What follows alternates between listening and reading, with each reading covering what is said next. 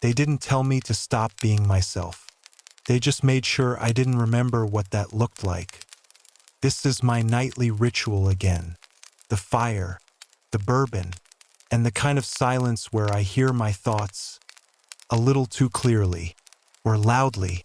I stare into the flames, listen to them crack and spit, and replay everything that happened. And the only thought that won't let go of me is, how could I have believed that? I suppose I should have gone to a priest. But the truth is, I doubt any priest would want to hear all the things I've done. This fire is the only witness that doesn't look away. Before I tell you about the hardest period of my life, allow me to ask one thing. Please like the video and subscribe, but only if this confession truly resonates with you. And let me know in the comments where you're listening from and what time it is for you. It means something to me, knowing who I'm opening my soul to tonight. I will not give names. There will be no cities, no countries. Not because I'm afraid, and not because it isn't true. Just because this is not a story about where it happened. It's a story about what stayed. And pain doesn't have coordinates. At some point, I stopped whispering my thoughts, because even my whispers felt too loud. They didn't forbid me to be alone. They just made it feel unnecessary. At first, it was just the room. I was placed in a shared sleeping space with others, a plain, echoing chamber with low wooden cots, each exactly the same. No curtains, no doors. No mine, only rows and rules. There were no clocks, but we slept when the bell rang. We woke up when it rang again. No one told us what time it was. We didn't need to know. Time was no longer personal, it was communal, like everything else. I remember the first night. I turned slightly in my bed.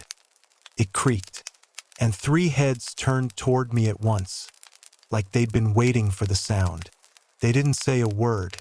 They didn't have to. The silence was so heavy, it had shape, pushed into my chest like a weight I hadn't agreed to carry. But I did carry it, willingly. After all, wasn't this why I came? I told myself it was just an adjustment period, that I was being dramatic, that there was something beautiful in giving up my boundaries, in becoming one of many. I repeated their words in my head like a spell. Aloneness is the birthplace of ego. Togetherness is the death of suffering. The first thing to disappear was my sense of personal space. If someone sat too close, I didn't move. If their blanket touched mine, I didn't adjust. If someone sighed too loud in the dark, I didn't ask why. Because asking was selfish, and selfishness was sin. We weren't allowed to decorate anything. No photos, no notes, No symbols.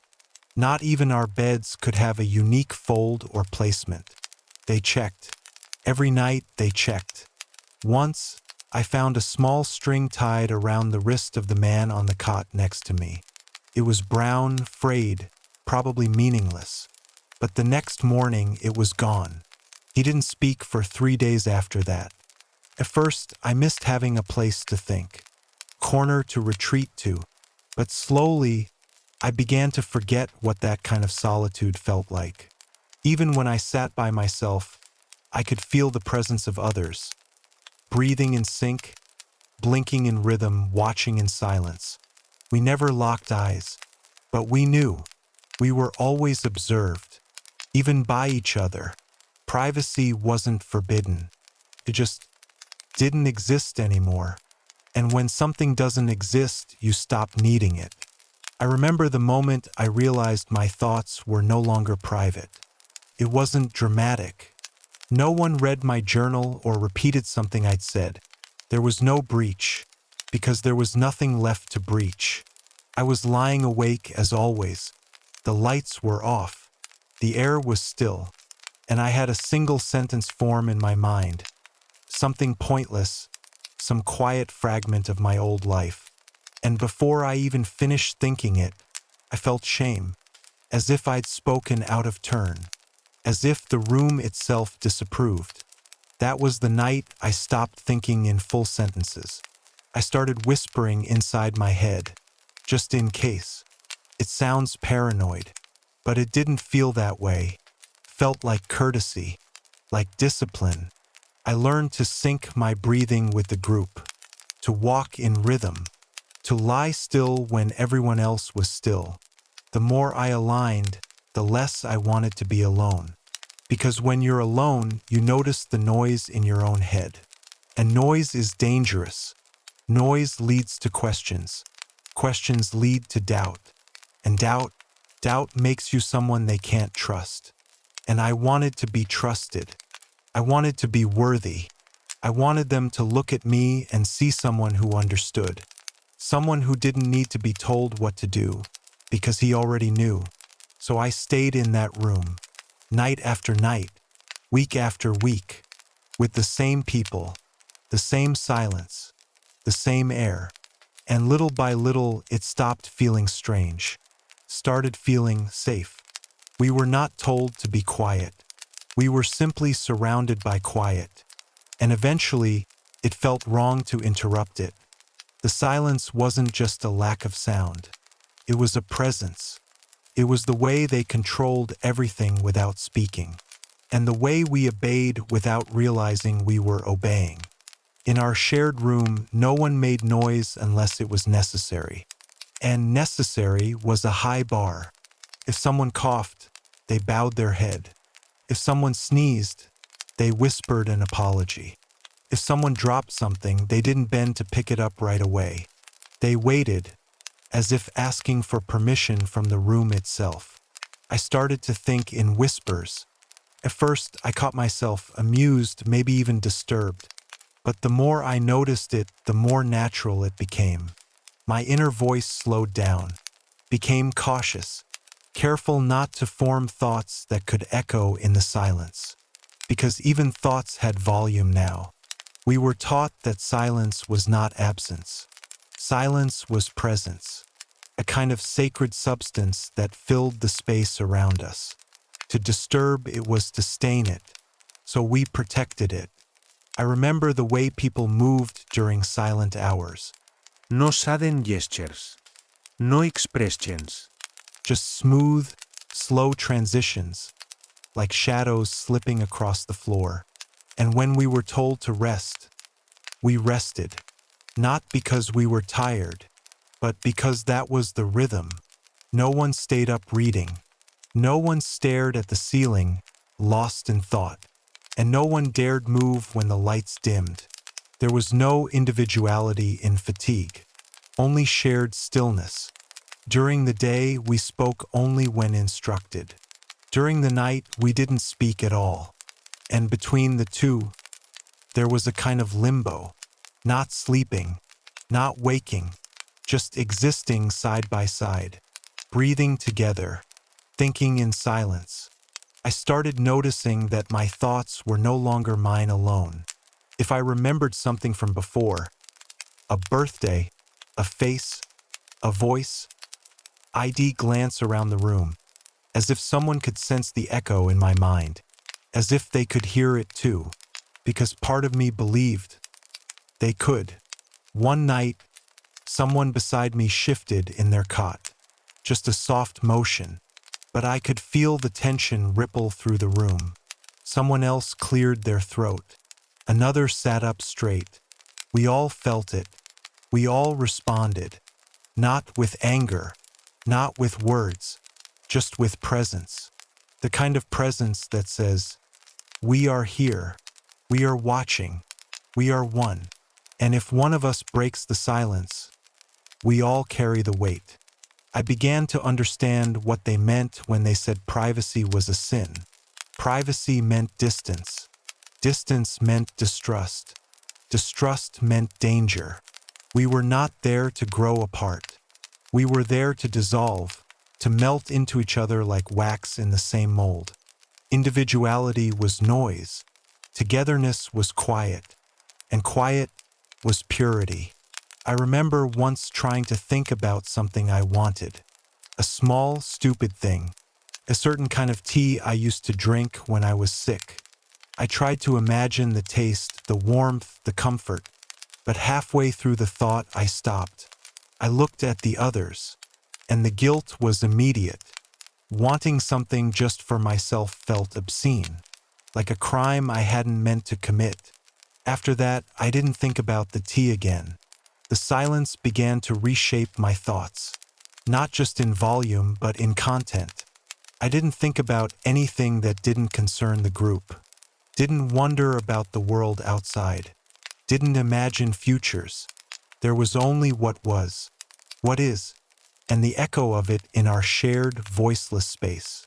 Sometimes I wondered if the others felt it too, if they missed hearing their own thoughts in full voice, if they remembered what it felt like to have a mind that was their own. But I never asked, because questions were noise, and noise was selfish. So I stayed silent, and over time I forgot I was doing it.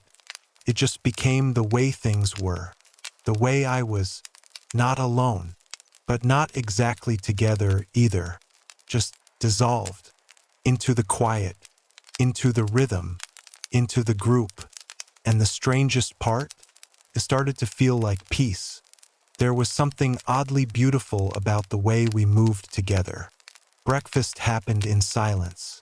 A single bell and we stood, hands behind backs, eyes down. We walked in a line, not fast, not slow, just correct. No one rushed, no one lagged. We learned the exact number of steps between the dorm and the hall. We learned where to place our hands while waiting, how to bow our heads at the right angle. And over time, these things didn't feel taught. They felt natural, like breathing, like gravity. We sat at identical tables on identical stools. Our bowls were white. Our spoons were wood. The food was always warm, simple, silent. One motion, then the next. No chatter. No clinking. Just synchronized eating like a single animal with many mouths. At first, I used to crave small differences. Maybe I'd wonder what we'd eat tomorrow. Maybe I'd want to sit by someone new. Maybe I'd notice the breeze and hope we'd be allowed outside. But none of that lasted, because craving was a burden. Curiosity was noise. Expectation was ego. So I let it go. Or maybe it let go of me. Even the way we walked back from meals, perfectly spaced, shoulder to shoulder, became a kind of comfort. I didn't have to decide where to go, when to stop, what to say. It was all decided for me, and that was freedom. We had different groups for different tasks. Sometimes I cleaned the floors. Other days I served water. Once I was assigned to fold the garments of others, the same plain robes we all wore. There was no shame in any task, only discipline. You bowed before you began. You bowed when it was done. And if someone made a mistake, spilled something, moved too fast, forgot to lower their gaze, they bowed deeper, held their breath, accepted the correction with grace. Even going to the bathroom was coordinated. We didn't go when we wanted. We waited for the signal, and we didn't go alone. Privacy, again, was selfishness. One of the older members once said, "If your body needs something, tell it to wait. That is mastery." I believed him. I stopped asking myself whether I was hungry or tired or restless. Instead, I asked, "Is it the right time?" And if it wasn't, I stayed still. It's strange to think now, but I began to enjoy it. The lack of choice, the surrender of control. There was something so peaceful about being told exactly what to do. One day, a new member arrived. He stood wrong during our morning lineup. His hands were too stiff, his gaze too curious, and without thinking, I adjusted him. Not harshly, not publicly, just naturally. A hand on the shoulder, a soft correction of posture. No words. He looked at me, startled, but then he copied me, and I felt a quiet satisfaction. like I'd helped protect the order. Later that day, I caught myself doing it again. Someone's robe wasn't tied correctly. Another's tray placement was off by 2 fingers. I fixed both, gently, silently. And no one stopped me. No one corrected the corrector. Because I had become one of them. And more than that, I had become a guardian of the silence. A keeper of rhythm. A servant of the shared. There were moments late at night when I would lie awake and feel something strange inside me. A kind of hum. Not fear. Not sadness. Just emptiness. But I never asked what it was. Never chased it. Because it too would pass. And in the morning there would be a bell. And the world would return to order. And I would return to myself, the self I had chosen to become. Not alone. Not separate. Just another piece of the pattern. And maybe that was enough. I don't know when it stopped feeling strange. At some point, waking up in a room full of people became normal. The synchronized breaths. The rustle of identical sheets. The way nobody said a word, but everyone moved as if some invisible metronome was ticking between us. I didn't know whose cough echoed at night, or whose foot sometimes twitched under the blanket beside mine. It didn't matter. There was no my side anymore. No pillow that was softer. No blanket that smelled like home. And strangely, I didn't miss it. I used to love choosing my side of the bed. I used to care if the window was open, or if the fan made that soft hum I liked falling asleep to. I used to think of privacy as something sacred, a place where I could breathe fully, stretch my thoughts without fear that someone might overhear them. Now, privacy felt complicated, like something heavy I didn't need to carry anymore. Why whisper if no one's asking questions? Why hide if no one is watching with suspicion, because now they were always watching and somehow that made it easier. You didn't have to pretend to be okay. You just had to be like them. The rituals helped. We all stood at the same time, sat at the same time. We walked in silence, always in order. Even the way we chewed was quiet. There was a rhythm to it, a dignity, they said, a discipline of the spirit. And it became real. I stopped hearing my stomach growl. It just learned the rhythm. It didn't ask for more. It didn't crave late-night snacks or breakfast in bed, or the weird guilty comfort of eating alone. We ate together. We stood together. We even prayed together, silently, of course. It wasn't about what you felt. It was about when. If you cried, it had to be in sync. If you smiled, only if the whole room smiled. But we rarely did. Smiles were rare. Not forbidden, but discouraged. They called it emotional independence. A threat to unity. At first, I thought I'd never adjust. I thought the lack of alone time would drive me mad. But something else happened instead. The longer I stayed, the less I craved being alone. Because being alone meant making decisions. And decisions came with doubt, with guilt, with all the messy leftovers of having a self. Here, I didn't have to decide anything. Someone always rang the bell. Someone always set the pace. Someone always told us when to speak, when to eat, when to sleep. And soon, I realized I hadn't looked in a mirror in weeks. I didn't know how my face looked when I smiled. I didn't even know if I still smiled. One evening, a new person arrived. He sat too slow, blinked too fast, turned his head when someone coughed.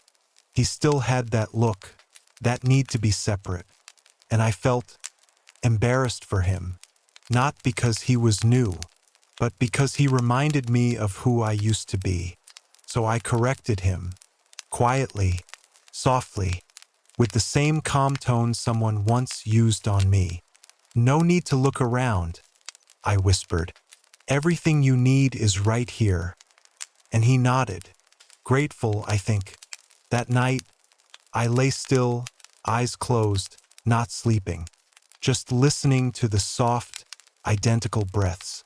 And for a brief second, I wondered what my voice used to sound like when I was alone. I tried to remember the way I used to hum under my breath when I cooked, or how I talked to myself in the bathroom mirror, sometimes laughing at the day. But the memory didn't come, only silence. And maybe that was the moment I realized I didn't want those memories back. Because silence, this shared, obedient silence, felt lighter. There was no burden of being me. There was just the rhythm, the presence, the now. And in that stillness, I heard a thought that didn't feel like mine anymore. It said, "You're safe now. You don't have to be anyone." And I believed it. I let it settle in me, wrap around me like one of our gray blankets. Warm, Vedlu. still. And maybe that's when it truly happened. Not when they took away my room. Not when they made me sit in silence. Not when I stopped asking questions. But when I stopped wanting to. When being alone felt scarier than disappearing. And maybe, just maybe, that's how I knew I'd never be alone again.